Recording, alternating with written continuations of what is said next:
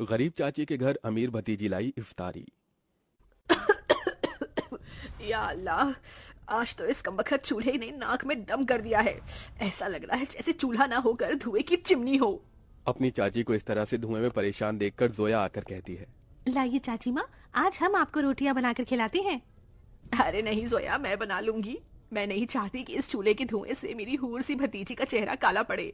इतने में जोया का चाचा अनवर सिर से पांव तक मिट्टी में सना हुआ घर लौट आता है। उसके हाथों में एक छोटी सी थैली थी जिससे चाशनी टपक रही थी। उफ, अरे थैली में से ये क्या टपक रहा है? अरे माफ करना बेगम, मैं तो भूल गया था। मैं जोया बिटिया के लिए उसके मनपसंद की रस भरी इमरती लाया हूँ। इमरती का नाम सुनते ही 24 साल की जोया किसी बच्चे की तरह उतावली जताते हुए बोली, क्या सचमुच चाचा जान, आप मेरी मनपसंद की इमरती लाए हैं? मेरे मुंह में तो पानी आने वाला था, मगर मैंने किसी तरह खुद को रोक लिया। हम सब साथ में इसे इफ्तार में खाएंगे। अरे नहीं बिटिया, मैं जरा सी ही इमरती लाया हूँ, तू खा ले। मुझे और तेरी चाची को मीठे से खास मोहब्बत नहीं है ना बेगम? जी बेशक। असल में इमरती खाने का मरियम और अनवर का भी बड़ा मन था, मगर दोनों अपना मन मार लेते हैं। बचपन की दुर्घटना में जोया के माता पिता स्वर्ग से धार गई, जिसके बाद से जोया के चाचा चाची ने उसे अपनी बेटी की तरह पाला पोसा। उसके प्यार में कोई कमी न हो, इसलिए दोनों ने खुद की अपनी औलाद भी नहीं की। अनवर की माली हालत कुछ ज्यादा खास अच्छी नहीं थी। बस उसके पुश्तों का छोड़ा गया सालों पुराना एक कमरे का कच्चा घर और खेती करने के लिए जमीन का एक छोटा सा हिस्सा, जिस पर थोड़ी बहुत खेती करके जैसे तैसे 2 वक्त की रोटी का गुजारा चल रहा था। या खुदा, कढ़ाई में जरा सी सब्जी है। खैर, नमक प्याज रोटी से ही इफ्तार कर लेंगे। सब्जी सोया को दे देती हूँ। मरियम 3 थाली लगा ले आती है। अरे ये क्या, चाची माँ मेरी थाली में सब्जी, आप दोनों क्या खाएंगे? तभी अनवर अपने गमों को छुपाता हुआ झूठी मुस्कुराहट से बोला, अरे सब्जी की क्या जरूरत, आज तो मैं नून तिल से रोटी ही चटकारे लेकर खाऊंगा। ये कहते हुए गरीब अनवर नमक तेल लगी रोटी काट काट कर खाने लगता है। अपनी गरीब चाचा चाची का ऐसा दुख देखकर जोया का कलेजा कचोट पड़ता है। वो रो पड़ती है। चाची माँ, चाचा जान, चलिए इन सब्जी में से खाइए। अरे इतनी थोड़ी खाऊंगी मैं। जोया के गरीब चाचा चाची को उसे जितना प्यार था उतना ही स्नेह उसे भी था। यूं ही दिन गुजरते हैं।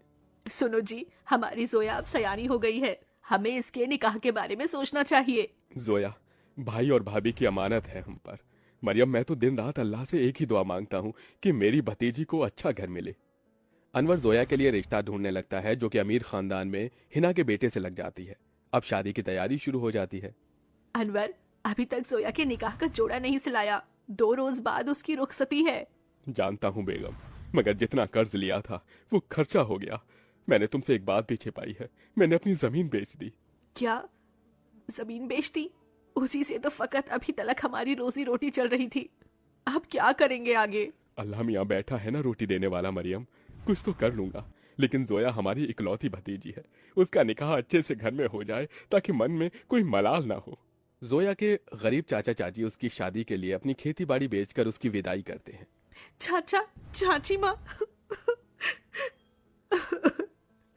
जा मेरी बच्ची, अल्लाह तुझे दोनों जहां की खुशियों और नेमतों से नवाजे। जोया अपने गरीब चाचा चाची के घर को छोड़कर अपने अमीर ससुराल में आ जाती है, जहां उसके सास ससुर नंद जेठानी से भरा पूरा परिवार मिलता है, जहां सास हिना उसका स्वागत करती है। माशा अल्लाह, कितनी खूबसूरत बीवी है हमारे मुराद की। एकदम सही फरमाया आपकी अम्मी, भाई की तो किस्मत खुल गई। चलो देवरानी जी, हम तुम्हें तुम्हारा कमरा दिखाते हैं। जोया की जेठानी आलिया उसे कमरे में ले आती है, जो कि बहुत ही बड़ा और आलीशान था। वल्ला, इस कमरे से भी छोटा तो हमारे चाचा चाची माँ का घर था। यहाँ तो हर शान और शौकत है। अगले दिन जोया नहा धोकर पहली रसोई करने आती है। अस्सलाम वालेकुम अबू जान। खुश रहो बहू बेगम। अम्मी जान, खाने में क्या बनाना है? अरे बहू, तुम क्यों खाना बनाओगी? उसके लिए नौकर चाकर है ना। मगर हम सभी तुम्हारे हाथों का शाही टुकड़ा खाना चाहेंगे। जी अच्छा। जोया जैसे ससुराल के ऐशो आराम भरे किचन में कदम रखती है तो नम आंखों से निहारती रह जाती है। उसकी आंखों के आगे अपनी चाची का धुएं में चूल्हा फूंकना याद आ जाता है। या खुदा, हमारा ससुराल कितना रईस है। ऐसा लग रहा है जैसे हम किसी जन्नत में आ गए हैं। मगर हमारी गरीब चाची माँ आज भी गीली लकड़ियों से चूल्हा जलाती होंगी। आंखों ही आंखों में जोया का उसके ससुराल में 1 साल गुजर जाता है और रमजान का महीना शुरू हो जाता है, जहां वो अपने अमीर ससुराल वालों के साथ दावतों भरी दस्तरखान पर बहुत कुछ खाती है।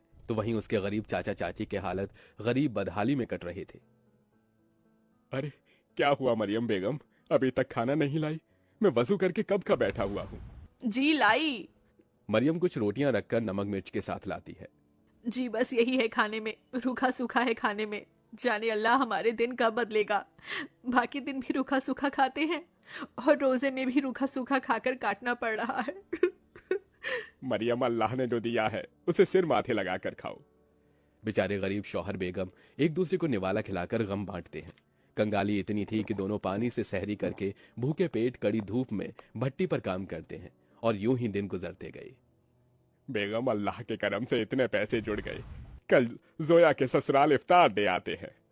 दोनों खुद पर दुख उठाकर जोया और उसके ससुराल वालों के लिए कपड़े फल मिठाई के साथ इफ्तार लेके जाते हैं।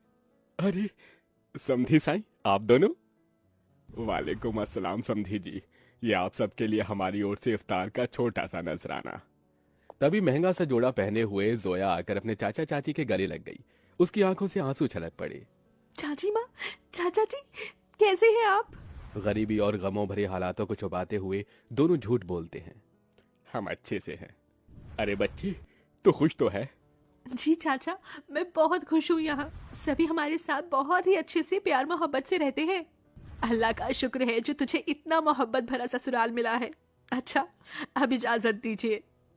अरे भाई जान, अभी तो आए हैं, अभी ही जा रहे हैं। थोड़ी देर में इफ्तार का समय हो जाएगा। इफ्तार की दावत खाकर जाइएगा।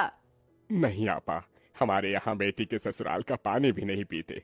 हम चलते हैं, अल्लाह हाफिज। उनके जाने के बाद जोया की नंद ने कहा, अम्मी, आपने गौर फरमाया भाभी जान के चाचा चाची काफी कमजोर से लग रहे थे और कुछ परेशान भी थे। नाजमा, लाजमी है कि वो कुछ परेशानी में है। बहू, तेरे चाचा चाची बहुत ही खुददार हैं। ऐसे तो वो हमारी मदद लेंगे नहीं। एक काम कर, तू भी उनके लिए इफ्तारी लेके जा, इन्हें अच्छा लगेगा। जोया के ससुराल वाले बहुत ही खुशियों के साथ उसके गरीब चाचा चाची के लिए इफ्तार की तैयारी में टोकरे भर फल मिठाइयाँ बहुत सी चीजें करते हैं। 2 दिन बाद जोया अपने गरीब चाचा चाची के घर पहुंचती है। किस्मत तो देखो, उस इफ्तारी की शाम उनके घर में रोटी के लिए भी जखना लगा हुआ था। तभी कुछ लोग अलमारी, कुर्सी, फ्रिज, पलंग इत्यादि अंदर लाते हैं। ये सब किसका सामान उतर कर हमारे घर आ रहा है? जोया, तू मेरी बच्ची। अस्सलाम वालेकुम चाची माँ, क्या बात है? इफ्तार का समय हो गया और आप दोनों ऐसे बैठे हैं? हम इफ्तार करने ही जा रहे थे। तो चलिए, मैं थाली लगाकर लाती हूँ। हम तीनों चाचा चाची भतीजी एक साथ इफ्तार करेंगे। जोया जैसे ही चूल्हे के पास जाकर देखती है तो सारे बर्तन खाली पड़े होते हैं। ये देखकर उसकी आंखों से आंसू गिरने लगते हैं। चाचा चाची, इस घर से मेरी रुखसती क्या हुई? आप दोनों ने मुझे इतना पराया कर दिया कि ये तक भी ना बताया कि आप दोनों किन हालातों से गुजर रहे हैं। मेरी बच्ची, इस घर में क्या तूने कम गमजादगी उठाई थी? चाचा चाची माँ, आप दोनों ने भी तो मेरे लिए कितनी कुर्बानी दी, कितनी मेहनत मशक्कत की और मुझे शहजादी जैसा पाला पोसा। अब मेरी बारी है। इसके बाद जोया खुद अपने हाथों से इफ्तार में बहुत कुछ बनाती है। इफ्तार की दावत देखकर उसके चाचा चाची पेट भरकर खाते हैं। आज एक अरसे बाद ऐसी इफ्तारी नसीब हुई है, वरना तो सालों से गरीबी में रूखे सूखे से रमजान के रोजे कट रहे थे। मैं यहाँ आप दोनों को सिर्फ इफ्तार देने नहीं आई, बल्कि ईद पर आपको मेरे यहाँ आना है और ये अम्मी अब्बू का हुक्म है। हम आएंगे बिटिया, जरूर आएंगे।